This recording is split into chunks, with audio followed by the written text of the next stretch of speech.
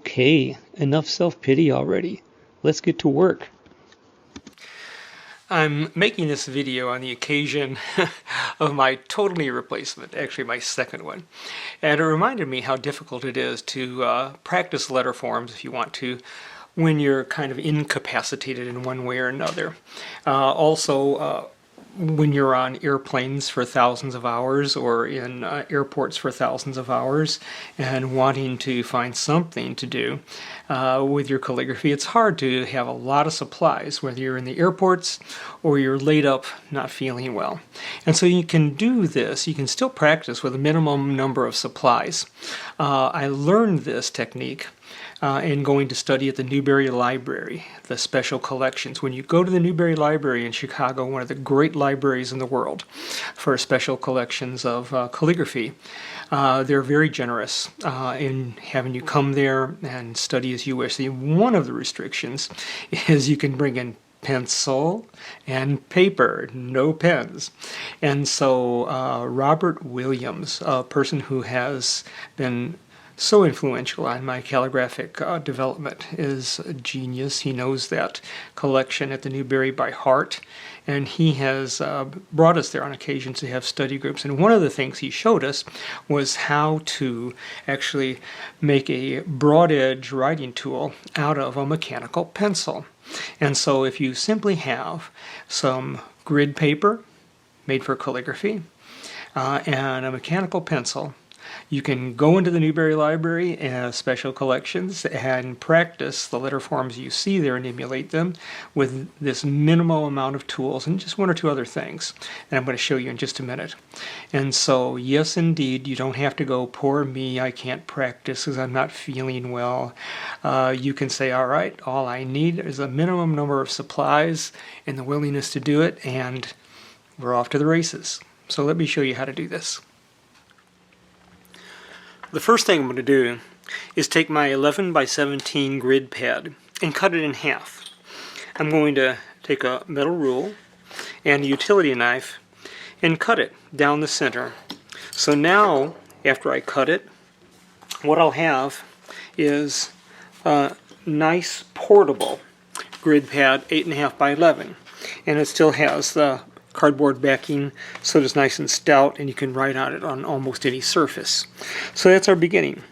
We have our grid pad made for calligraphy, 8 small squares to the inch. Each of those little squares is approximately 3 millimeters. That's good to know when we're calculating what we're going to need with the pencil we're going to be using. The type of pencil you're going to be needing is a mechanical pencil or lead holder. I usually have a few different ones of these in my studio for the grades of lead that I use most often. So instead of stopping and changing the leads, I just have these various lead holders with the grade of the lead that's on there. Here's a 5H, here's a 2H, here's an HB. The pencil lead I use most often is the 2H, so I'll be demonstrating with that. Normally, in order to sharpen that lead holder mechanical pencil, you'll have a sharpener, either one of these barrel types or one of these cute little transportable types, in order to get your sharp pencil lead that you normally use like that.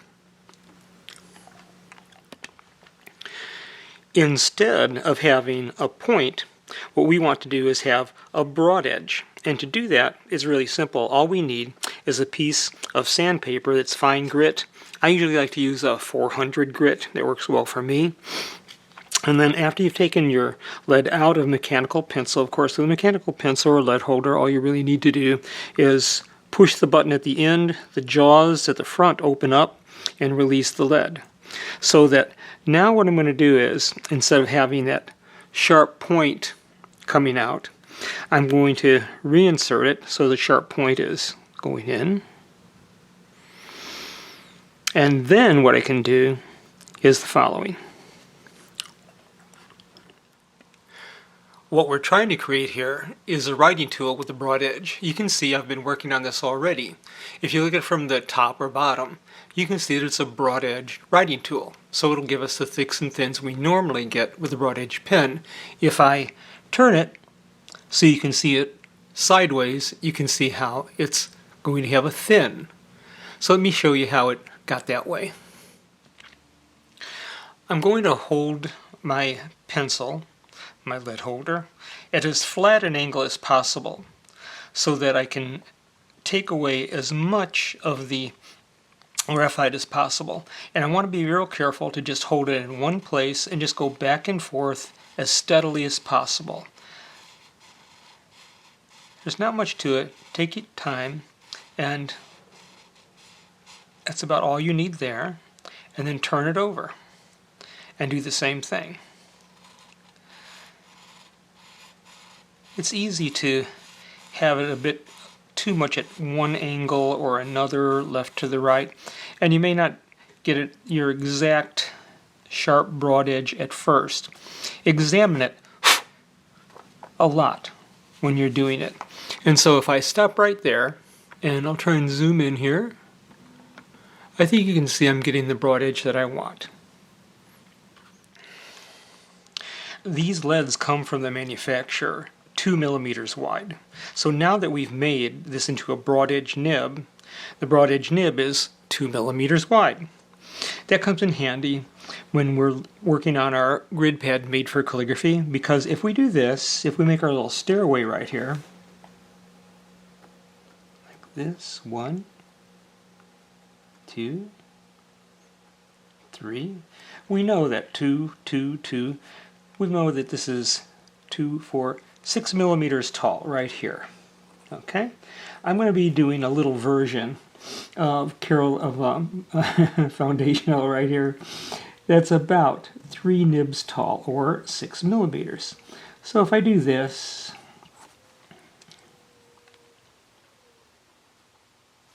and I'm writing on a padded surface so that I'm more apt to get a good crisp edge to edge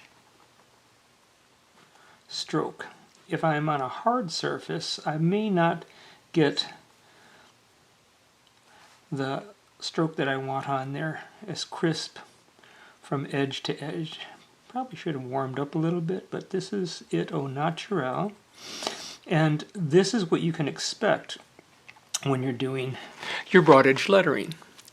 Okay, and so we have a 2 millimeter broad edge nib, in quotes, and for every one of those little step stairs there, you've got 2 millimeters. We have a body height of 6 millimeters here, and if we go a little bit higher, I'm going 1.5 here, we've got about 4.5 millimeters for ascenders and descenders. That's how you can calculate what your body height is going to be, your ascender descender height is going to be when you're using your mechanical pencil as a broad edge writing tool.